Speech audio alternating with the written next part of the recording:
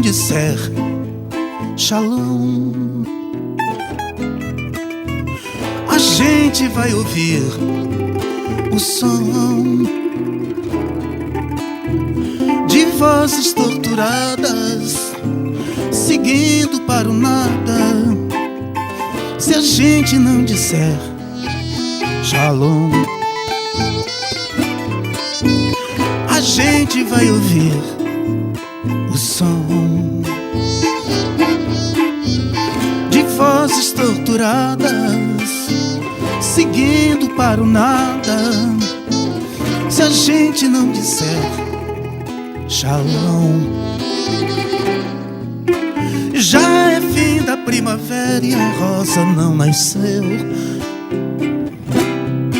Como vão ficar os cravos, o jardim e eu? Já é fim da primavera e a rosa não nasceu. Como vão ficar os cravos, o jardim e eu? Eu só quero ver, longe do fronte e dos fuzis, a minha gente, minhas meninas e meus guris. Mas só faço ver os mesmos loucos espadachins, quebrando tréguas por toda a terra com seus clarins.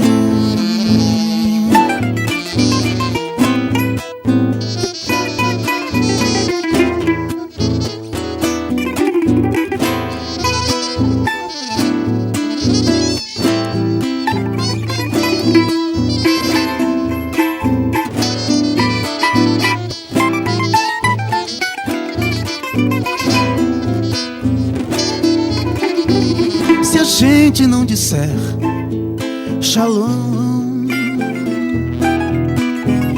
a gente vai ouvir o som de vozes torturadas, seguindo para o nada. Se a gente não disser Shalom, a gente vai ouvir o som de vozes torturadas, seguindo para o nada. Se a gente não disser Shalom, já é fim da primavera e a rosa não nasceu. Como vão ficar os cravos, o jardim e eu? Já é fim da primavera e a rosa não nasceu. Como vão ficar os cravos, o jardim e eu? Eu só quero ver, longe do fronte e dos fuzis, a minha gente, minhas meninas e meus guris. Mas só faço ver os mesmos loucos espadachins, quebrando tréguas por toda a terra com seus clarins.